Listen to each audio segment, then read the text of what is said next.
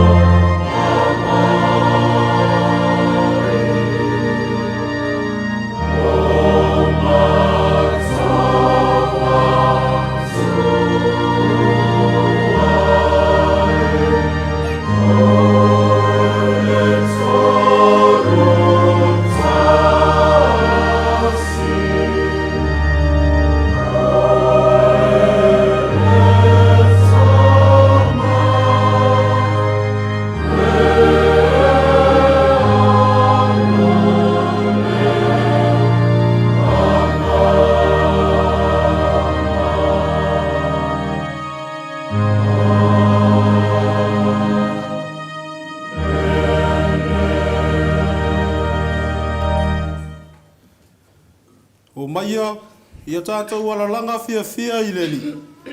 Ia tātou ala langa I le papa o lo tātou ala tanga. Ia tātou o atu I ona luma ma le vi inga. Ia tātou ala langa ia te ia I pesi. O le te talo mo le nganga pa ia. Tātou wifo ma te talo I le atua. Le atua ma manae. Lo mātou ta maa e whaama vau. E pa ia, e mamalu. E sili e se lava la ua fiu. Wa poto mailo nuu I le nei tae au. Mātou te whaia le tāpua inga I la ua fiu. E ofo I nā tua ila mātou tau langa o whaafitai. Ai pa ngā lava lea. E langonalo mātou whātau waa ma le lea ato toa wha lea nganga I uruma. O lea ua mātou mua I tatalo atua I la ua fiu. A fiu maia. E ala I lo wanganga baia. Se ia tau tō lua ina o mātou tangata tāpua. Ina ia mātou whaia I le nei tāpua inga I le anganga ma le wha maoni e tatau ai. Mai ai wai mea uma I le wha sili ina o lo lava vi inga e wha mawau. Ua mātou tatalo. E ala atu I le suafa mamalu I Jesu Keriso lo mātou ali I ma le whaola. Amen. Tātou pese I le atua I le pese se laus fluma le lima. Se laus fluma le lima le pese tātou te pese ai I le atua.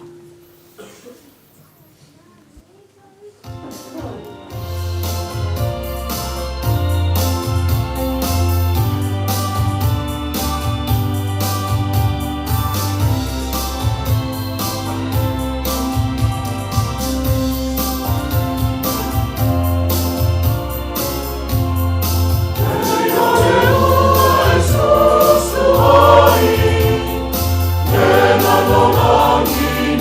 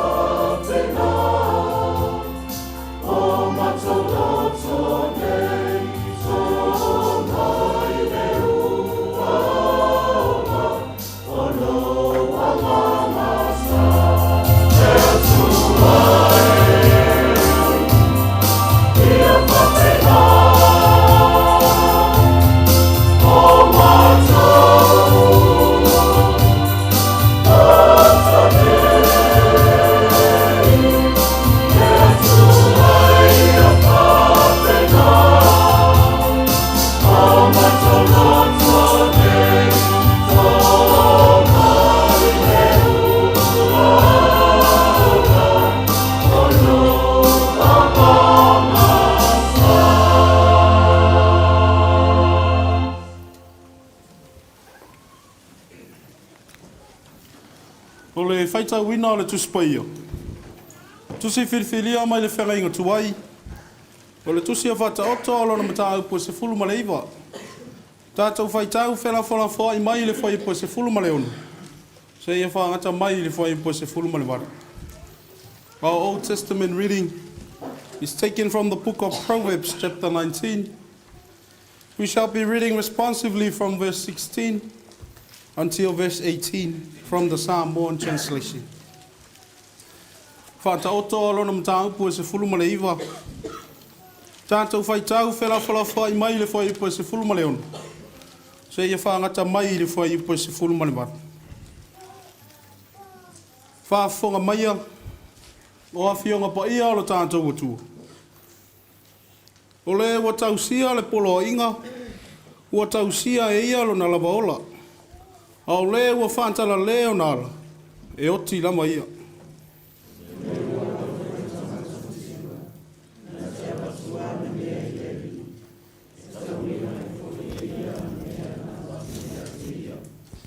Ma le whai ipo e se fulu ma le waru.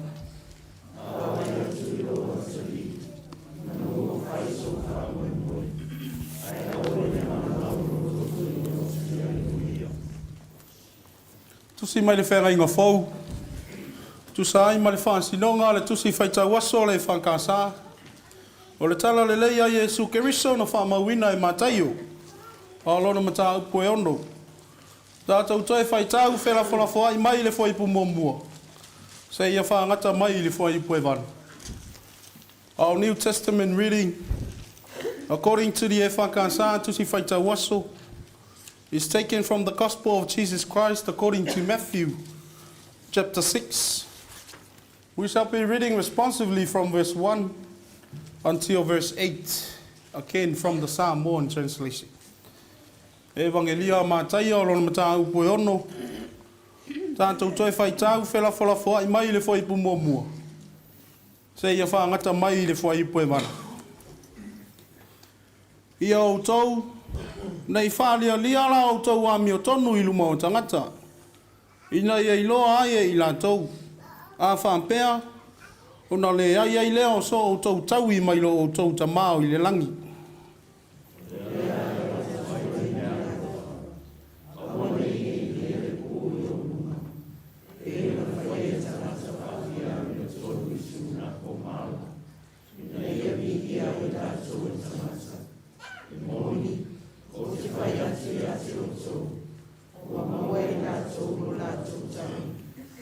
Aia, watu ni mea alofa.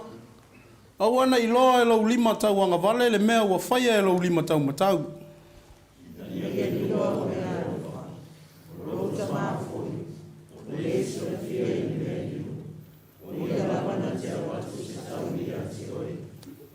Pea e tatalo. Awana e pei o tangata whaafia a mio tonu. Awa wala tau fia tutu matatalo i su nako mawhitau lai ngā ala. Ina ia iloa ina tau e tangata. E moni, o te whai atu i ante o tau. Ua maua e ina tau lo lan tau taui. Aoe, pea e te talu. Ina ua tu e loa whiawhi. O pui lo tui pui. I le e talu ai no tamaa o i meni. Lo tamaa foi o e si o sila i meni. Na te awatu se tau i a se oe. Au tau tatalo, au anei tau tū ia au tau upu, e pei onu ese, au a whāte i lātou, o le tele o lātou upu e tali ai i lātou. O le nei, au anei o tau whāte i lātou, au a o sila fiero o tau tamare o tau māti lai, au e o le atu o tau ia te ia. Whamanuia mai lea tua e ala ilo tātou whaitau ma whanongolongo ia nā whionga pa ia. Ia tū mau pe ia te ia lo na lava vigo. Nei se ia o i le whamavau lavo. Amen.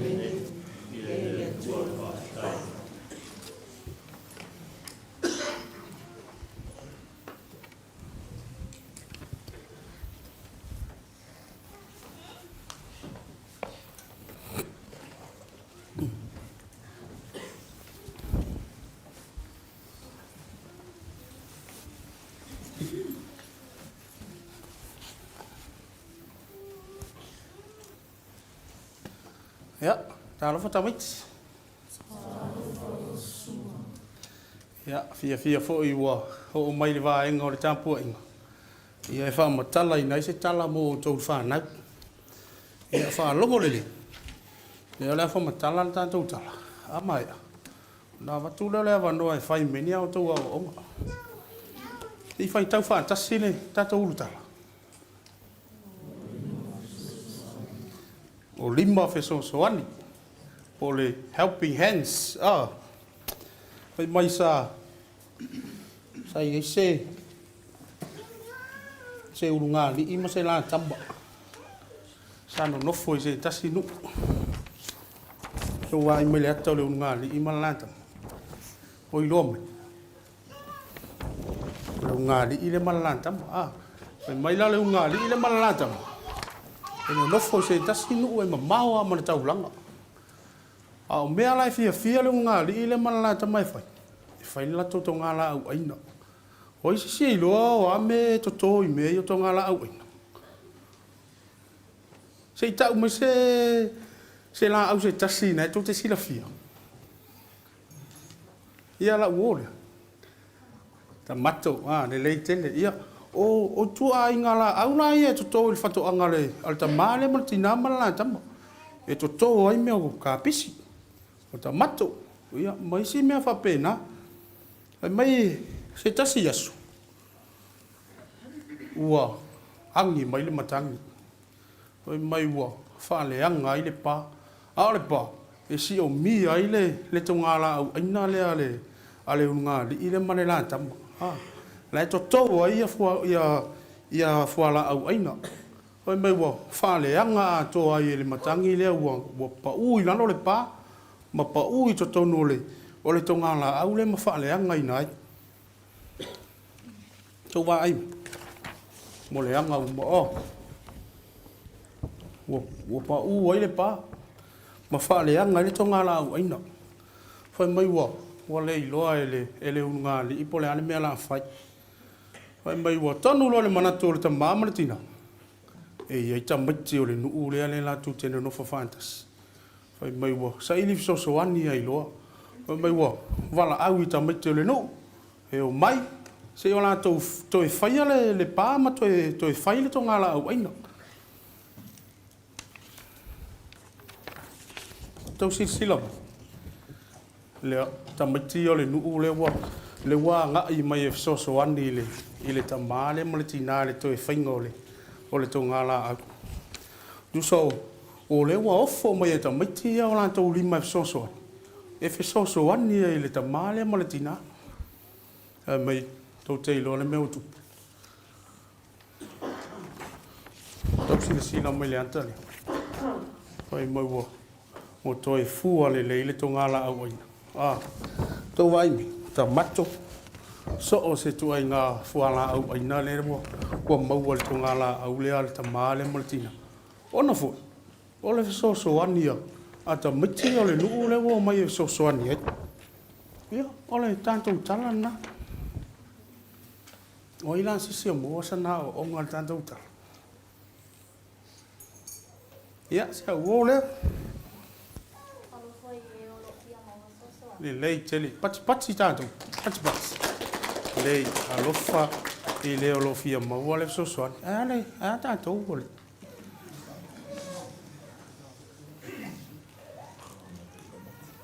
E oki are mea ia tātou. Ia le lei. Nau sau ma ua o onga. Sei fai tau whātasi le o onga mōmu. Whāmone mōle.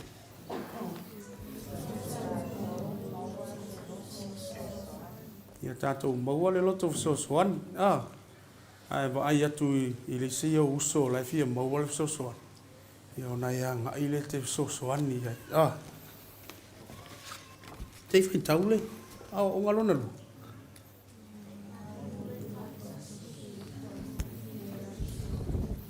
Ngā lulua e whātasi. Whai ngō fie. Pe mā ise a venga. Ia, o le tā ua nā o le ngā lulua e whātasi. Wa tātou ngā lulua e whātasi. Ia ona whai ngō fie leo tātou ngā lulua ngai whātino. Wai fole tātou. Yesu. Yesu le na maliu. Ma ila tātou o venga. Ma ngalo ia tātou wanga sala. Ilo na ma liu malo na tai tū manu malo mai le oti mo le tūnga mau. Mau ai tātou. Lea wanoa e sao tu ai ilo na malo e wha vau. Manu ia te leo tau whanau. Au tā pena tu ai a wale to ea e o a onga ni tausang. Mai se foi nisi fe ngai fe mga luenga. Tātou tai vivi i lea tua i le vi inga iwa sifun maritas. Iwa sifun maritas i le vi inga o lea tua tātou te vivi i ai.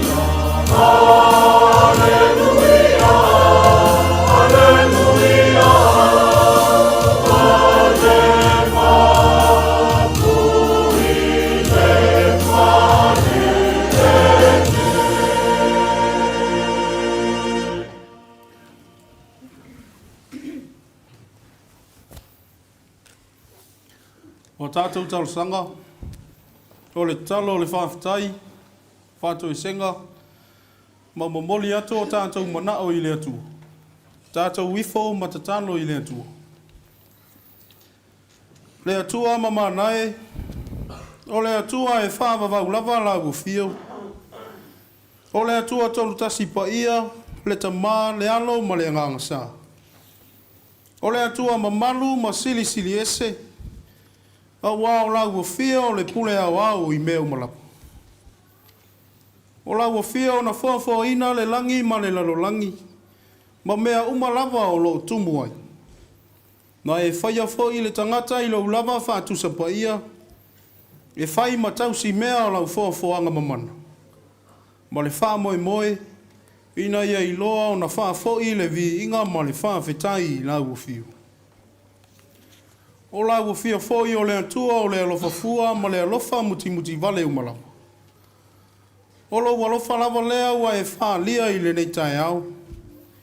Mina ua ulu fale le unuu. I le nei tai au I lo malu tā puai. Sei o mātou sula ina lo alofa ma lo wanga le lei. Vi ia lau fia o walo manuia lau e kāle sia ma lo unuu nei. A mata mai lava I lau au na whaife au, le whane tua ma le a inga. O lau au whai ngā luenga ngā lulue I a wā o whisong soani, whane tua ma a inga. Whawhitai alo manuia na yo mātou ta mā ma tina mātutua, O le nofo ati a kono. O mata whale ma inga lotu taitasi. Se ia o lava ina ia mātou whānau. Mātou te tali tonu ma le whātua tua. O lo manuia fo i tama whānau ala we kāle sia nei o lo au mau i so se tafa o le nei lalolangi. E vi aila ua fia o lo lau tau singa ma lau pui puinga i lo mātou ola. O wā ua tau manuia ai fe au ma lava singa e se ese o le nawa yaso ua tuana yatu. A o le tau a matanga fo i o whaiva matiute o le nei tau sanga fo. Whamnuina lau ua fia ona o tā leni māngawa. O le poto ma le ata mai wa e whaoloa ina ai o mātou tangata. Mātou tau tua ai lau ua fia i so se ala. Whaavitai mo le nei atunu o mātou nunofo māti ai ai. I le tele o lau ta maua a inga wa e whaasoa mai. E le ngata i le tau singa o lo mātou wola i le tini. O le tau tua ina o na i o mātou a inga e mise o lau i kāne sio. Vi ia lau o fia o wao lo saunga le mupea si o mātou atunu o Samoa malana whainga malo. Eu i le tele o whanave lave e tutupu ai maise o a fianga wa a fia ai nisi o tupulanga i nei o na pū. Ai whawhitai le atua o lo manuia o na tangata lau tele. Ele uma pealo mātou o nganga whawhitai. Ono awa noa e tā pena e lau o fio. O mawhai ai o na mātou whaitāpua inga masi o mātou aulatu nei. O e sa nofu tatalo mo tāpua ia o mātou whenga iai ma le ola ao tau ina i lau whiau ma le tala i lelei. Mātou whawhitai le atua o na lau tusipa ia o whai masului o mātou mai. Ma le malama lama i o mātou alau. Whātonu tonu wholau i lo mātou wola wha le whātuatua. O le tusi e o i ma whaapoto ai i mātou. I ana tau i lau o fio. Mātou te whaamunu ina lau o fio. Ono o le mana o lo lava ngang pa ia. O le mātou wheson soa ni sili. O le anganga na te wha maa losi ma wha loto tele ina i mātou. I aso e langona ai le vai ma le mautonu. A o le anganga na te musuia o mātou tangata i mele le uma. Whasili sili i le mātou anganga whawhitai. Le wha o la tanga na saunia e lo walo pelo Jesu Keriso. I lona soifua o fo ina mai. O lona maliu ma lona toi tū manu malo mai le oti ma le tūnga mau. Mātou mau ai le ola e whawa mau. O lo lava alofa tū noa lea mo i mātou. Tu mau atu pēa i lau o fio le vi inga o le wha manu ma le whanetanga. Nei se ia o i le whawa mau. Le tua a mio tonu nue. O lau lava a fio e tonu masao o whaamasinonga uma. Wai alofa ina i mātou i le alofa o sili o na ato atoa. Ai mātou te tau tino leli e. O i mātou lava o ni tangata e se maanga sala pēa i o luma. O le tusana mātou tani atu i lau a fio malo alofa mai. E ala ia mātou a mionga ma whātinonga e whaia i le aso ma le aso. O mātou whamo e moe i lo mātou poto ma lo mātou manosi. Ma ua ama i la mātou vaai i lau a fio ma le fisoso ani a loa ngang paia. Whama ngalo i mātou. I lo mātou le whama oni e whātino o mātou nganuinga. Ua mātou manatu ia i mātou lava. Ai ua le mau ai se vi inga o lau a fio. Mātou te whāto ese le li i. Ina ua avela mātou whamua mua i me ma lia ai o mātou manao. Ai ua avea maala ua wha ngalo ai lau a fio ma lo alofa mai. Ua mātou ngā lulue mo so mātou vi inga. Ua pongi sā ai la mātou wa ai i lo fina ngalo moni. Mātou whanto ese le atuai. Ina wale tusa la mātou fō ai ma lo alofa whaasoa mai. A vea le toto pa ia o Jesu Keriso. Na malingi le sātau. E wha mama ngalo ai mātou le wha nauanga sanga. Mai a toi a watu i mātou i le mafutanga ma whanawhana ma lau a fio e wha wawau. Ao mai pēalo ua nganga. ina ia mātou I loa na sala mō wha mauni. Furi tua I leleanga. Ma wha tua atu I lau whiu. Le tua wha whonga te tāloe. O lau whiu e mali ai o mātou manao I mele le uma. Alofa wha manuia I la mātou tampua inga nei. Alofa ngia lau e kāne sia. A mata mai lau au auna whai whi au le whale tua ma le a inga. Wha atumu ina pēr le utu I le tō wha mai lau o whiu. Fo a I le mālosi I le tino, le mā whau ma le anganga. A wā le tausia ina o lau I kāne sia nei. Wha manuia I lau au whai ngā ruenga, lango sua I au au o whane tua ma aina. Fo a I pēr le mau I tele, le tō whāpa ia mai lau whiu. O wā le soifua wana awina. Anga le leila ua whiu ina I o mātou ta ma tina mātutua o si o mātou e kāle sia nei. O I la tau o lo pō le whala maula le iula. No manu a wāse manuia o a inga nuu ma lau e kāle sia. Alo whangia le nofo a ti a kono. O ti a kono ta ma ti a kono tina o lau e kāle sia nei. O pautu toa o lau ngaruenga, ia fo a I le manas. A wā le tautua ina o lau e kāle sia. Whamanuia lau whio I tū tino uma o lau e kāle sia nei. Alo whangia po kalame ma fuafuanga uma o le nei tausanga ua Samaria.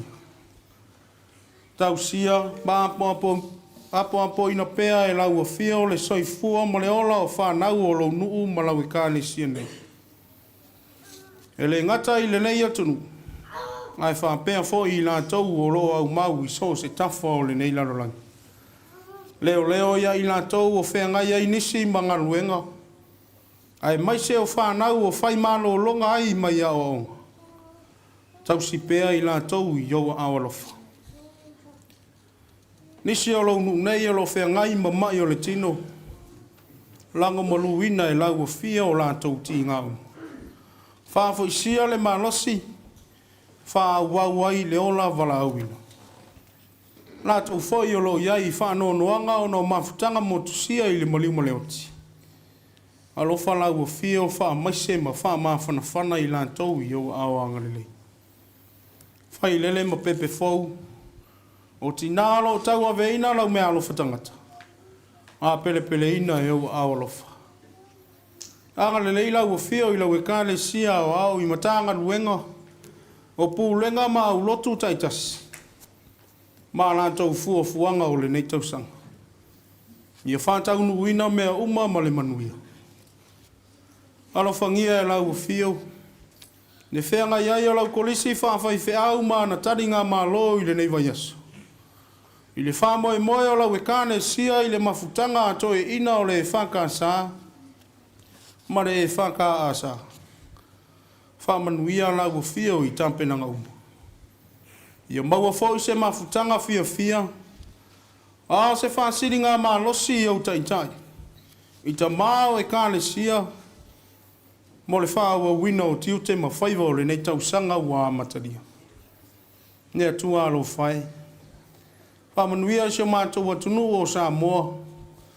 Ai maise o le nei atunu o mātou no nofo mātia e. Whamanuia I o nā ti na e matau ma whainga uma. Ma wāle manuia lau tele o na tangata. Ma ia ilo whamaoni ma lau while mū I o na taitai ma o na tangata. Ma ia whalango mea uma I lo wanganga. Mātou ti tatano leli e. Le lalo langi o whea ngai ma wha mai pepesi ma whanave lave whale nā tura. Wha pēa tunu o lo whea ngai ma taua ma whewai inga. Ia susunu atu lo malama lama ma lo while mū ia I lantou uma. Anga le leila ua whio. Ia I lantou uma o lo mawhatia ma puapua ngatia. Ma te la ina ma saua ina. Ia mafuta ina pēa e lo lava ngang po ia. Se taimi o mātou whālongolongo ia ua whionga whola mai. La unga la ua whio e ala I lau au na whātauwa. Whāpa ia la mātou whālongo. Mātou langona lo whina ngalo wheta lai mai. O mātou tatalo ia. Whaatasi ai matatalo i le loto o le tangata lava ia. Mātou te ofo i nā atu i lau o fio i a whaia pe i ailo lava whinangana. O mātou te talo. E ala atu i le suafa mamalu o Jesu Keriso lo mātou o lii ma le whaolo. Amen. Tātou pese i le atua i le pese se lau tolu sifun ma leona. Se lau tolu sifun ma leona le pese tātou toi pese ai i le atua.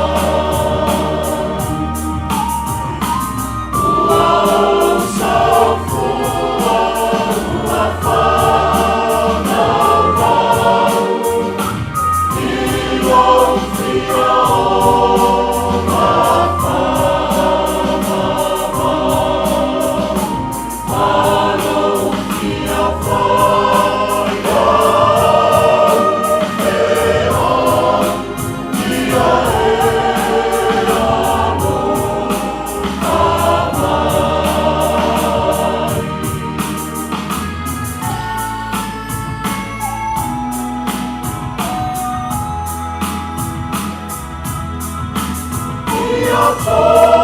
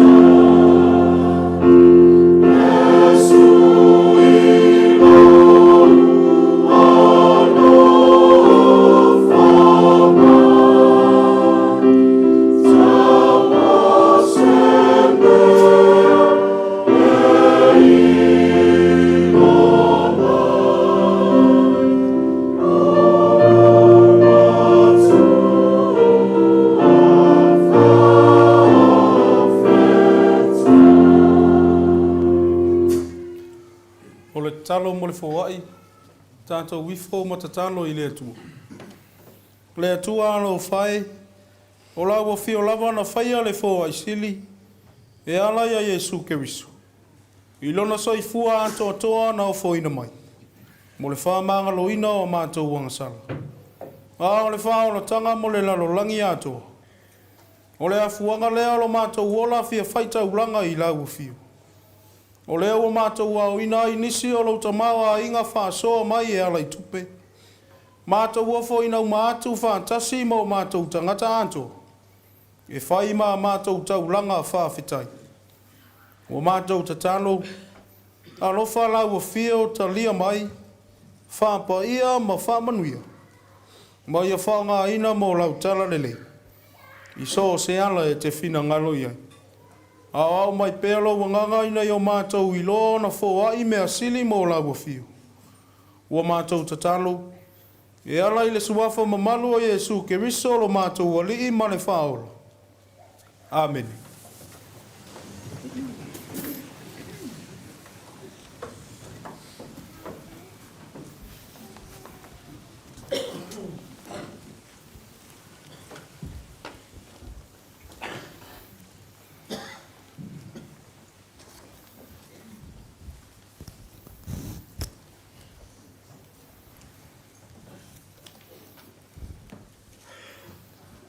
Oli, whaiale la unga e manatu e. A vele nei la lao e. Whai ilo whanta wa e whai masui o le tō lua ma le atali. Te wha leo ele nganga le whawhatai tele. I lau sunga le tamā whai whi au ma le whale tua. O le paia o le tātou nuu ma le kāle sia i o na tūlanga whalupelupe ina. Whawhatai ilo tau te talo ma le tāpo inga. Wa e manui ai whaiwa matiu te o le nā tolu tau sanga o tuana yatu. Tāna ngona ale mā whanawhana ma le roto te tele. O nau lau tau tāpua inga te talo e whai pēr. Le e wha leo aile nganga le wha whetai. Tusa o lau tau tāpua inga te talo. Ao mātou whenga iai ma leo lau tau wina i mālua. Ao le la unga i le suafa mamanu o le atua le tamā. Le alo ma le anganga pa ia. Amen. O maua le matua o le la unga mai le tusi sa whaita wina mai le whenga inga whau. E vangelia mātai o lona mata upu e ono. Awa ufanga ina le whai ipu e tolu ma le whai ipu e wha. Wha whawhanga o te toi whaita wina. Ai a watu ni mea alofa. Awana i loa e lau lima tau anga vale le mea wa whaia e lau lima tau matau. Ina ia lilo au mea alofa. O lauta maa foi. O le sila fia i le mea lilo. O ia lava na te avatu se tau i ante oi. O le manatu au tu o le neia sa e tusa o le whaasi longa le tusi whaita wasa o le whakasa. Whātonunga. Fōwai ma le talia ina. Whātonunga. Fōwai ma le talia ina. Instructions, giving and receiving. O le fōwai ma le talia ina. E leo se mea e whātonuina i le anga nuu a Samoa. O le ngangana leo le soifua o siosi a inga. Ma le tautua lotu o tātou māsani ai. O le awa tū, ma le au mai. Peitai o le whawhita auli o le fōai. O le manatu o le tangata i le taui na te maua. Ai longa i aise tangata e fōa i fua. Ma wha mau mausa na ta mau a inga. E au noa ma le mawhau i le taui e fōi mai. A leo se taui mai tangata. O le taui fōi wha le whantua tua. O lo o taula ai lo tātou soifua au auna. Whai mai e taui mai lunga. E manatu o le whaanga ina fōi lea o le uputalia ina. O lo au mai ai le manatu au tū. O le taui. Fō ai matalia ina le taui. Au au le la aunga Yesu. O lo tu sa o ia i lātou. O lo tele le ta mau a inga. Ma mawhai o na fo ai. E ta tau fo i la o na whaatonu i lātou i le ala e ta tau ai. O na talia ina, pe maua le tau i o la lātou fo ai. A wao le mea munu. Ua whaia le fo ai e fua i le tau i. A ua le whaia i le anganga tonu e ta tau ai o na whai. Le anganga lava fo i lea o lo whaatino ai.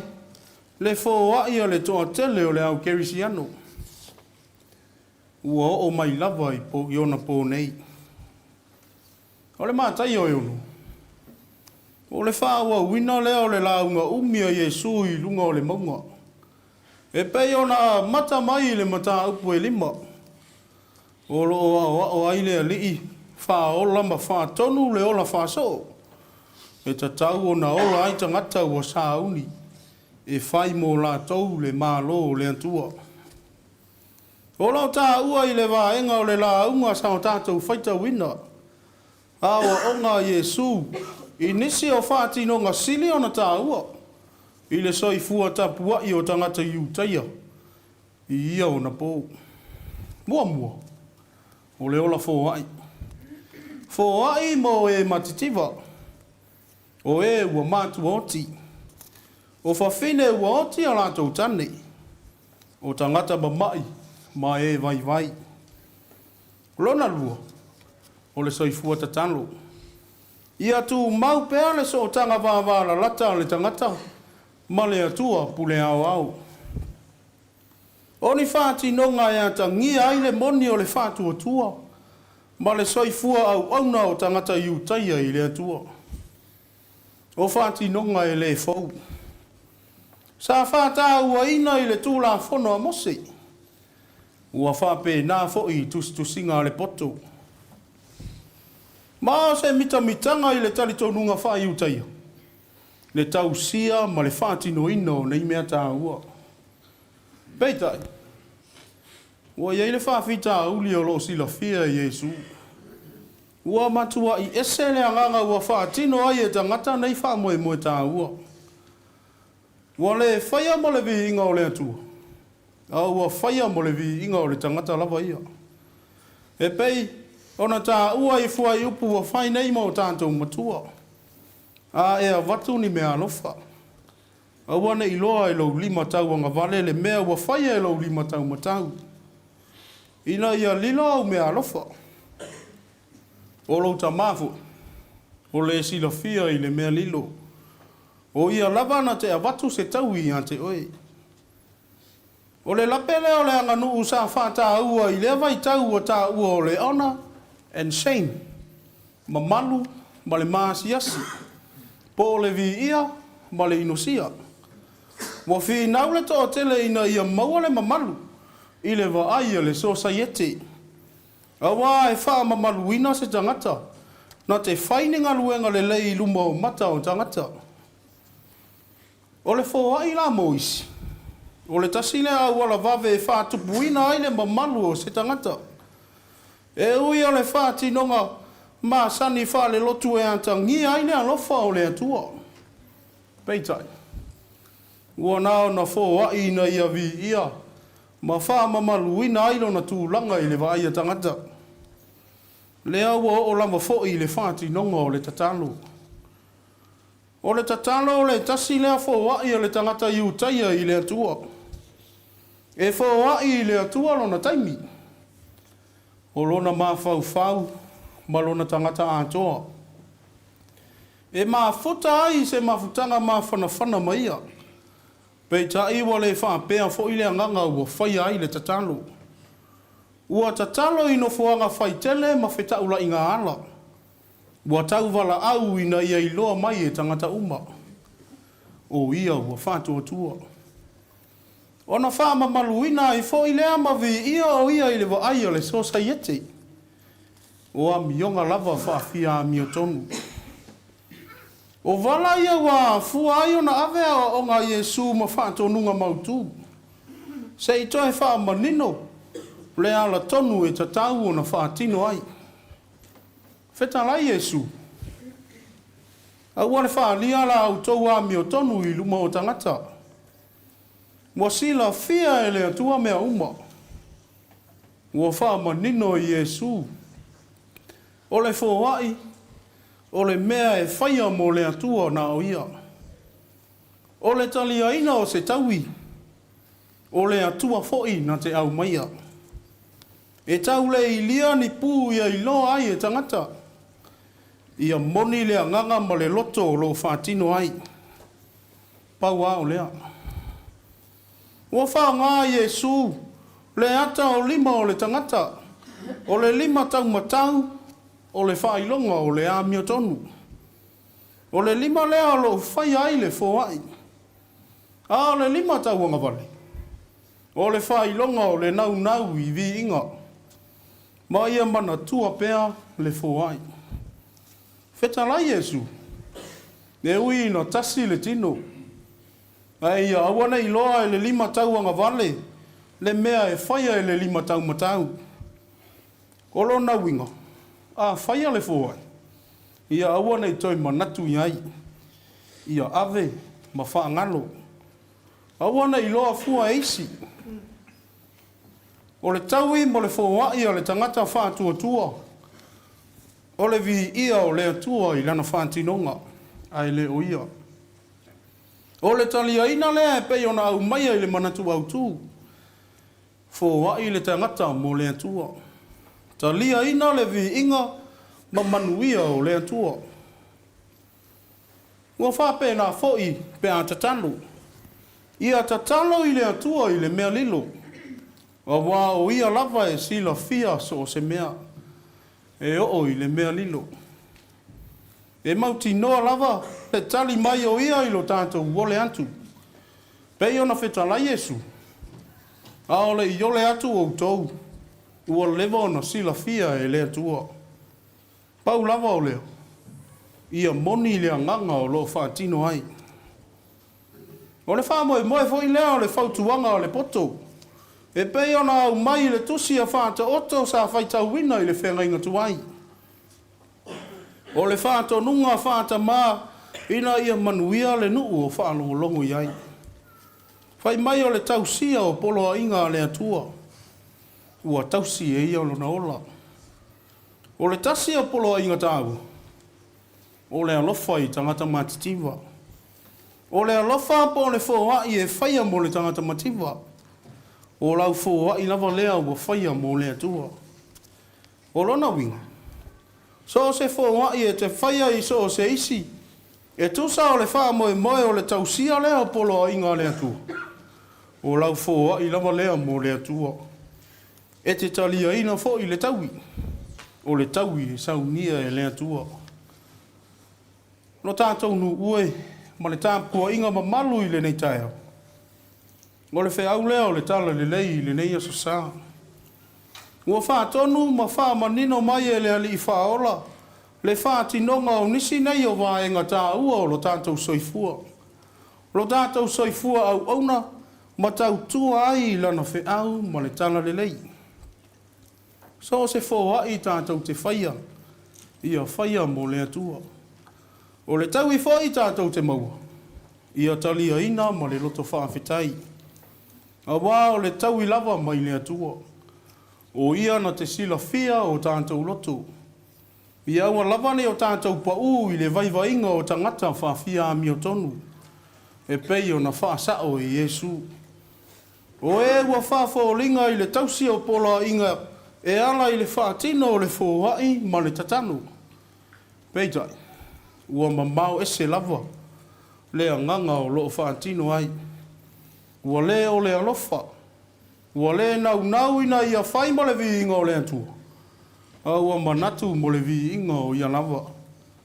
E whaata la fonga, ma pei e ma I le sila.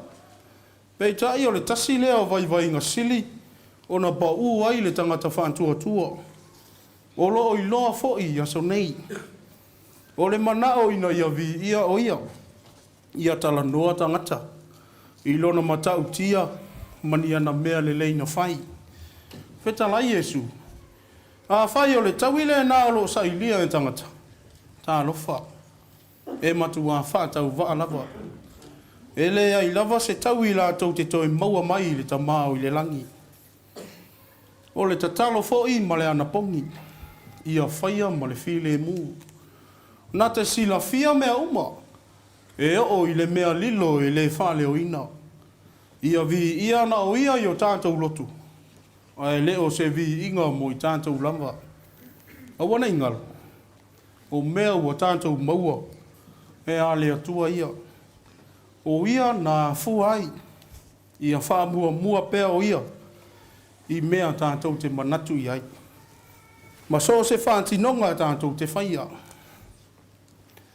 I have chosen verse 3 and verse 4 from the Gospel of Jesus Christ according to Matthew chapter 6 as our main text, and it reads, "But when you give alms, do not let your left hand know what your right hand is doing, so that your alms may be done in secret, and your Father who sees in secret will reward you." Our theme for our sermon, according to the Efakasa Tusifaita Waso, is instructions, giving and receiving. Giving and receiving are central to the life of faith and Christian service. They shape our relationship within the family, the church, and the wider community. Jesus teaches that true giving is not done for recognition, praise, or personal gain. Instead, it is an act of obedience and worship offered to God alone. The theme, instructions, giving and receiving, invites us to reflect on how we give, why we give, and from whom we seek our reward. In the passage we read from the New Testament, Jesus teaches about righteous living in the kingdom of God. He addresses important acts of worship such as giving to the needy and prayer. Jesus warns against practicing righteousness in order to be seen by others. Those who seek human praise have already received their reward. God alone sees what is done in secret, and God alone gives the true and lasting reward. The focus of giving is the glory of God, not the honor of the giver. The wisdom of Proverbs teaches that obedience to God leads to life and blessings. One important command is care and compassion for the poor and the needy. When a person gives to the poor, that gift is regarded as given to the Lord himself. God promises to repay according to his wisdom and the righteousness. Thus, generosity is an act of faith and obedience to God. Brothers and sisters in Christ, that is the gospel message for us all. We are called to examine our motives in giving, prayer, and services. All that we give must be offered for God's glory, not for human approval. We must guard against hypocrisy and the desire to be praised by others.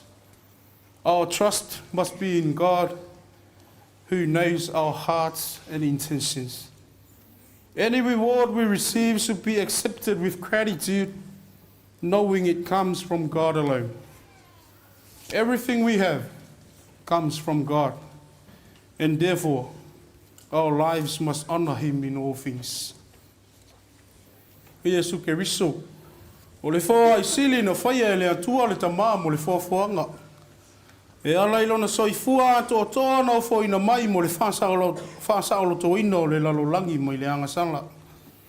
O lona maliu malona to e tū manu malo mai le oti mo le tunga mau. Ua talia ina ai e le tangata. E ala i le whātua wha maoni. Le taui o le wha o la tanga. Ma le ola wha vavau. Tu mau i le atua le vi inga. Le wha manu nei masa uma. Se ia o i le wha vavau lava. Amen.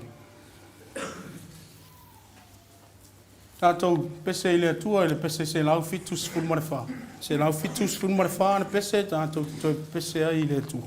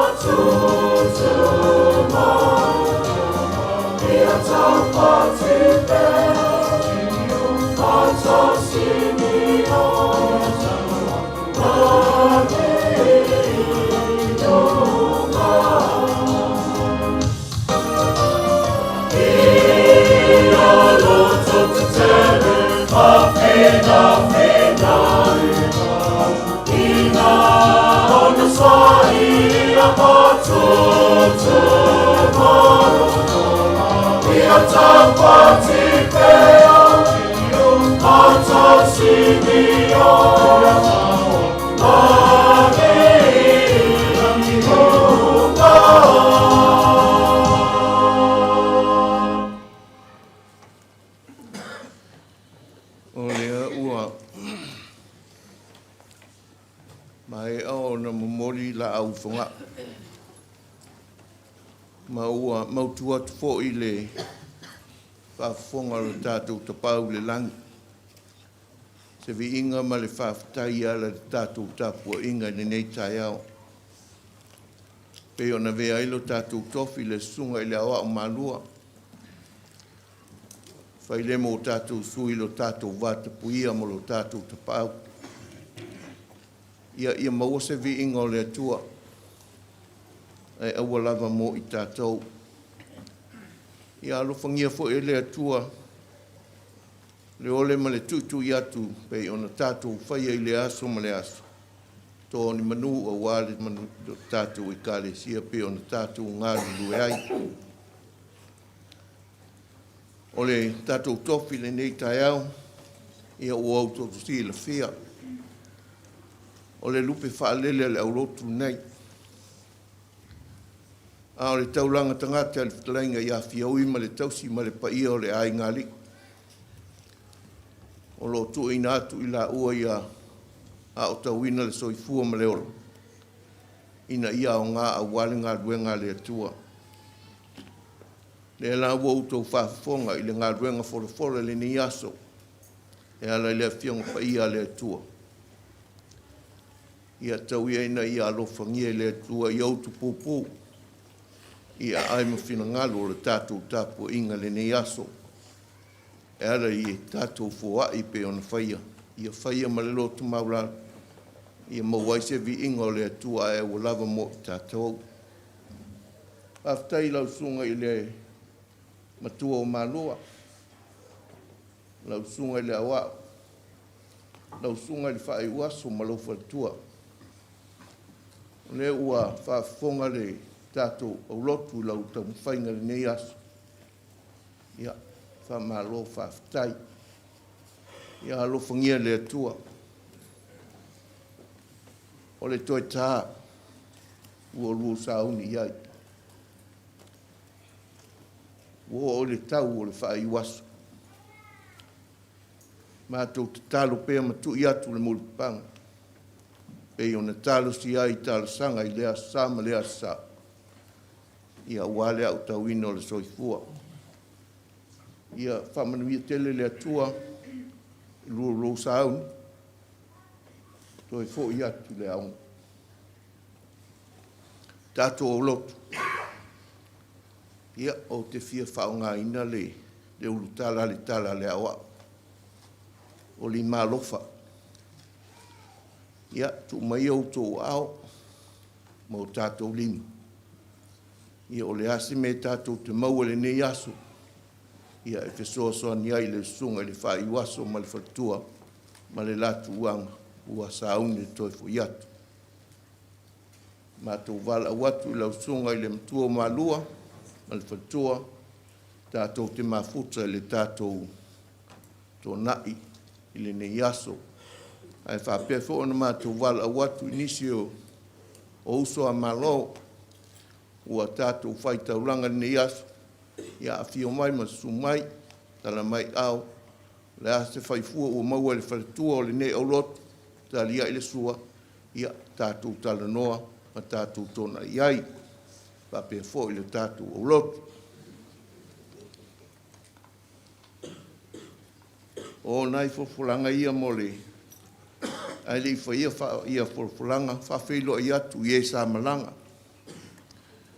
Le ua tātou whaitaulanga nea sa ma le whionga ia nai mal whatua ma le nofo alo. Ia e mai sfo i le whionga ia tuala mal whatua, ia manisi wa le mau, sa tua le tātou mawhtanga o no whainga malanga i le atunu, fuafuanga whale ai, ia whamalo whawhtai le malanga manuia, ia ua upo fo mai, ia tātou vi ia le atua lo na lofa, tātou fwalanga nei, tātou pese i le astonai i le tūlai whā. Pai tātou pese i le astonai i le tūlai whā. Ia o male aso, o lo whamau popo ai le alofa ma le tausinga o le sunga i whawhengainga ma lona whatua. O le whamoe moe o le autala vau. O le a whaia le tausala le autala vau. I le afiafi le asfraile, i le tūlai fitu. Mai, tūlanga ese fo i le tausala le la awhai. Wa le na o le tausala. Ai, whaadia i fo i fia o lo oa o nei. Wa mātou tinga ina na o mai ai le tausanga le aia o ai le nei tausanga. A le la whaatino le astona, le asfraile. Me le tātou lo. O tō te manatu māmai i tau mwhainga le au talavau. Wea ia o masui o le sunga i whawhionga inga mal whatua. Le awhionga le prestene, malana laudau. Ia awhio mai. Awhio mai se i outou mai mua. O le oto i whaafo i ana nai le au talavau i le mea na masani ai o le whawhiawhia. Ia ai mai se o le tau mwhainga le tuna iufu. Me le aua tō te manatu māmā, a whia mai, o le alawa se seine te mwhaina i fōa i mo le au talvou le a whia talia ma le whawhtai, ai whaamanuia le atua i ate oe, ma lau fōa. Tātou ngā ruenga, le au manga whaamolmole, whaile tātou ngā ruenga o le tātou whanua i le astonai, tātou wheloa i le valu le taiao, tātou wheloa iai, ia wale whaamaino o tātou whanua. Ia ona pauia fo whalanga mwhai o na uinatua Iesis mea, ia o le alongo atu lava le mamalu o le tātou o rotu whaatai,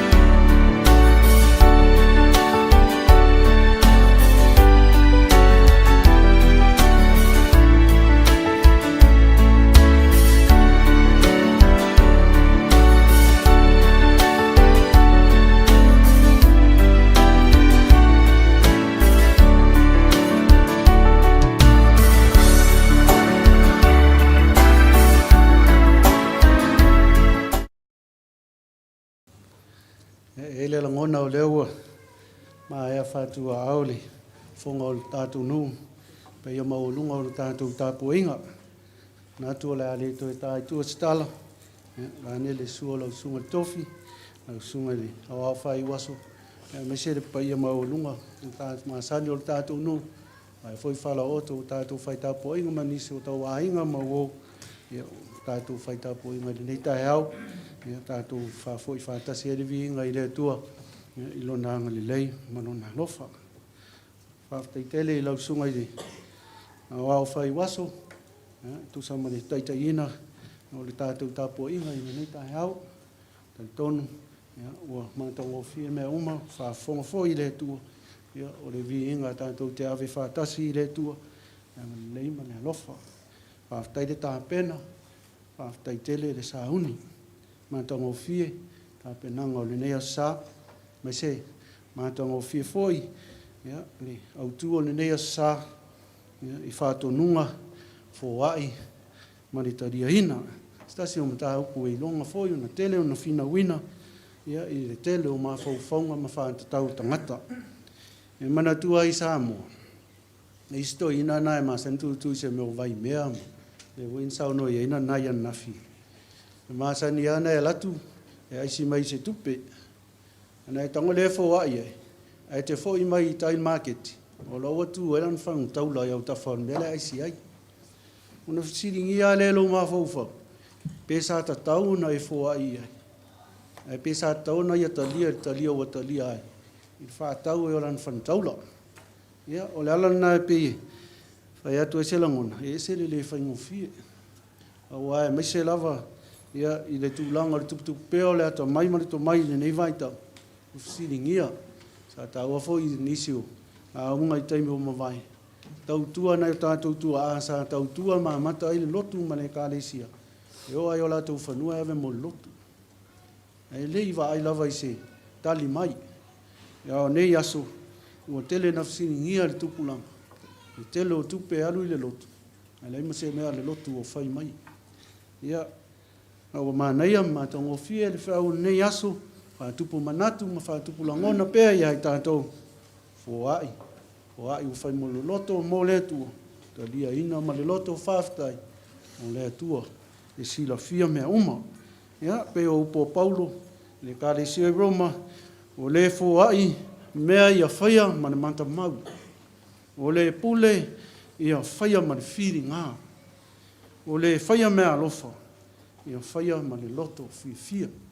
Ia, wha tuku tele ina aile, tātou kālesia, le soifua ngā lue, pe an tātou ngul mawina i lea so sā, ma lea so sā, ia umana lau le isi api o le fōai, lau le isi api o le fōai, ia, pe o veo na ngul mawina i le nea sā, tele lo soifua fōai, so se itu le whiau ma le ngā luenga, tātou whaia lava ma le whātua tua, o lea tua, e le ne nefu lava lana sila i se me tasi, o lea tua fōi, e nate tau wia, ia, pātai tere lau sunga le tofi, e o whaafonga lo nu, se taimi sa noa fōi, ia, ta maia, ma o tina ia, e sanga tō ma tau wina lo loto e fōi, e korisi, ia wāre whao o wina, o le soifua tau mawhai, whai waso, e le whaingo fie, e a tili ai, ona whaingatā, na vea o lua matai tai o nu, ia, e whesiringia fo i o lua leo i teimi uma.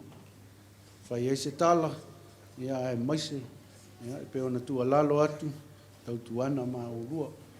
O lua tā penanga, ia e lau sene tenari, ia tā pena man whamoi moe i le tua.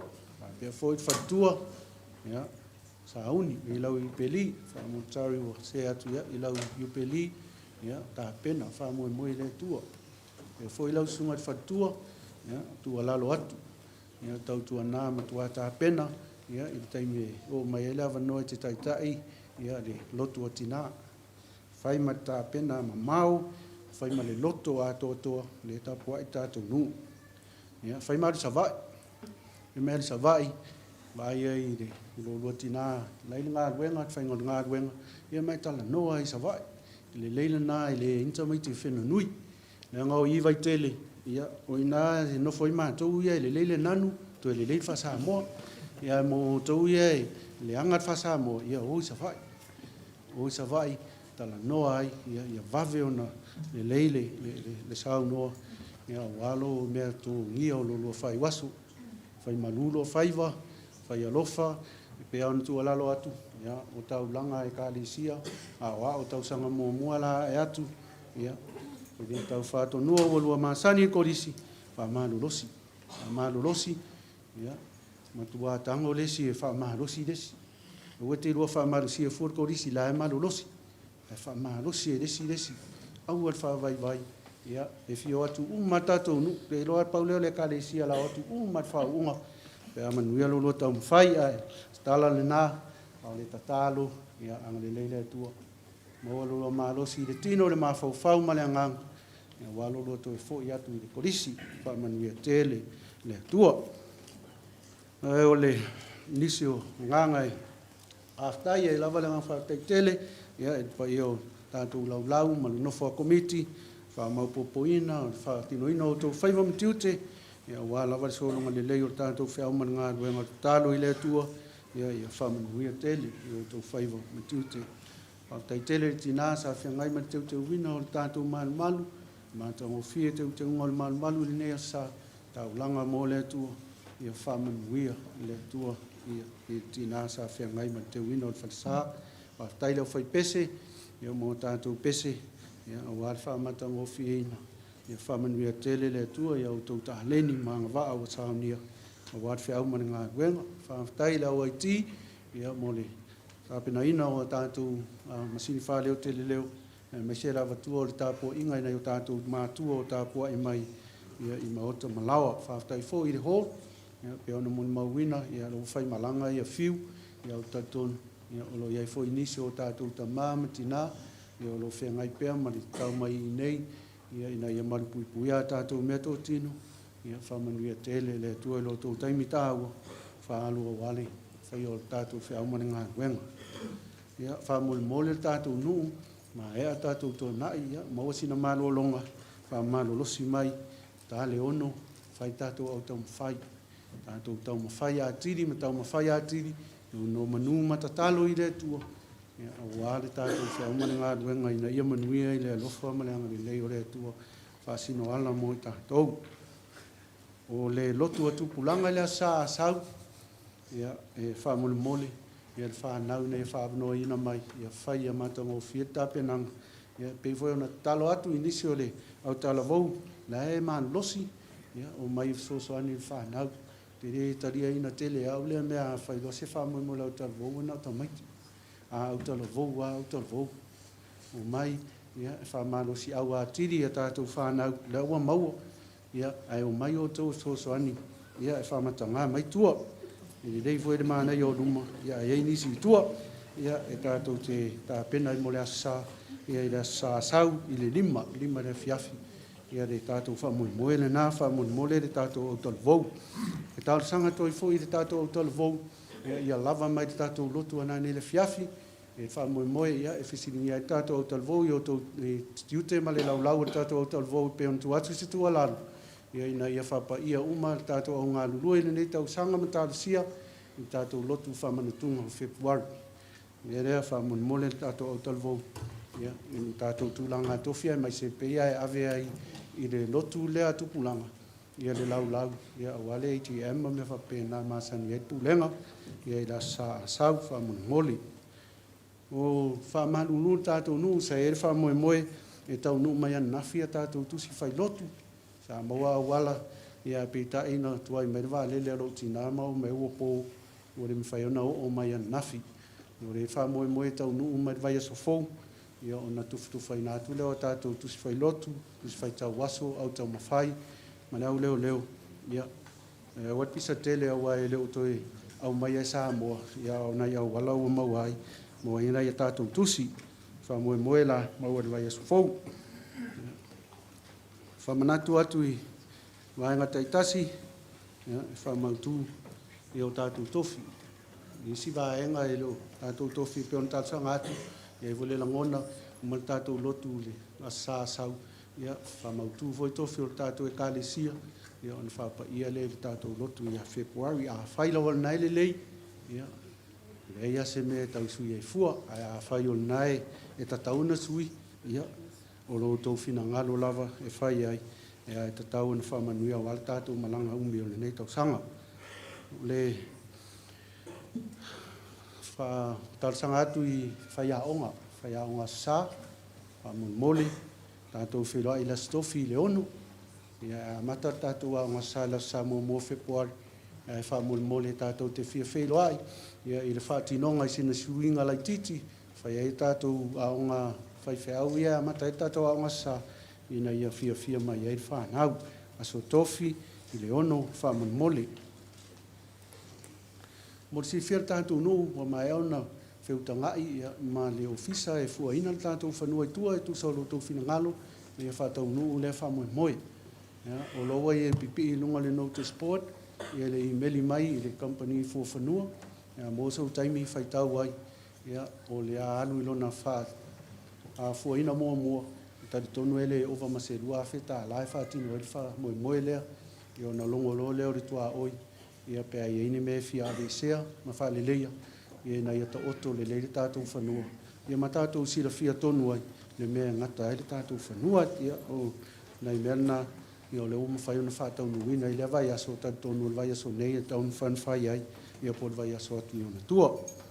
Ia whaatairu tātou nu, ia I talio tātou tofi le laso sa, koe meri mai si au ao, ma toi whaatai mai, tau nu manuia, ia I lo lātou no whanga I lalo I kalai stete, ia e le umale ngang whaatai, ia I lo tau anga le lei, ma lo tau alofa, ia e ala tātou mawhitanga I la santo na nei, ia whaatai tele ai tātou nu, ia sanga whamanuia tele le atua, ia lo tau anga le lei, ma lo tau alofa.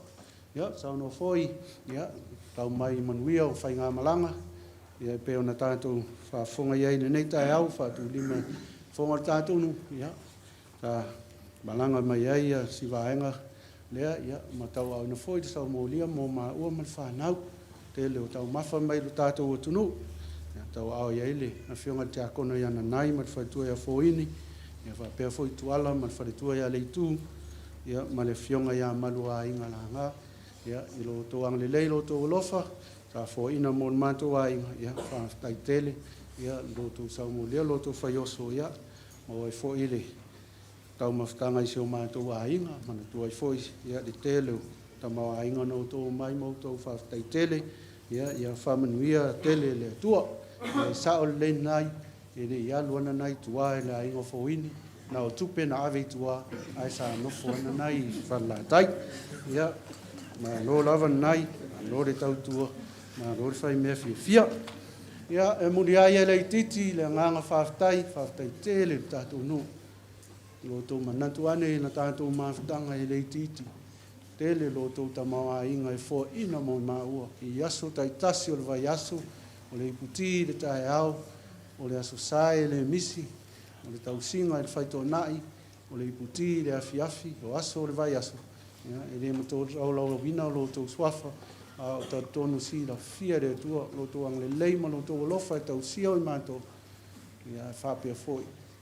Tele lau tau whaasoa e ala I tupe pa ia e fo ina mo mātou e alfo I lea lofa di nea sa o le tatalo I lea tua I alofa ma whamanuia I lo tau tamaa ina tau uia I lo na hanga li nei e fo uso a malo mwhaen so soani li nea sa o le tatalo lea I hanga li lei lea tua I ona manuia sau tua lasi I tau uia lo tau alofa ma lo tau wang hei manuia tele whai mamatiu te o nei aso e tutoe mai se le nei vai aso I le anga I atu ia I whe au manga anuenga ni pa uia te au whanau no whe atu tina whai mai tō o fua onga wha masani el mawhau le la to ia e o tō a onga I la sa masau ia wal tātou lotu o tupulanga ia le nganga lea wha tai tere lau sunga tofi ia sa wha manuia le tua ia mo le malosi man fia na wad so I fua wala wina manuia tele tātou tāpo inga Soafo Yesu. Amen.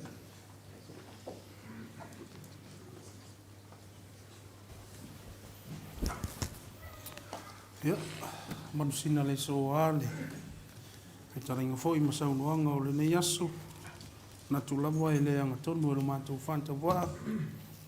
Tau ia ina mātou wha leo le nganga wha tai. Tu sau wha manu yanga e mese o tima inga o tu ina mai. Pou o ino mātou sā o ale toi tā pena atu le. Whai wama tiu te amatalia o nei fo tau sanga. Ai toi wha popo le nganga wha tai. Wei le nei lau lau e. Le nganga wha tai lau sunga le tamā whai whi au. Ma le whale tua. Tu sau le amanoa o tu ina mai o te taita ina ile tāpua inga ile nei aso. Wei wha popo foi le nganga wha tai. I le tina o le ngana wenga e mese o le mawhitanga tina. Tu sau le teu teu ina o tātou whale sā nei e ala I teu mātango whia o le ia o le pule laa ma le ia o le lau lau whamanatunga. Whamanuia le atua I o tau whaiva no whia au. O li foi wha tai le sunga ile taita I a safu. O le pai o lo tau ai ngā safo e mese o le tātou au whai pese. Tu sau le tāpena ina le lei o pese ma vi inga o le atua. Mātango whia e le tāpua inga i le nei aso. Hao le tālo whamanuia tātou wifo ma te tālo i le atua. Hao le manuia ma le while e mua o lau o whio le atua le tamā. Le alofa sili ese o Iesu Keriso lo mātou o li ma le whao. Ma le mawhitanga whai pēa ma lo lava ngāngpai. Ia tu mau mai lea I o mātou lunga, ma lunga o lau whanau uma I le lalolangi atua. Nei māsa uma se I o I le whāma vau lava. Amen.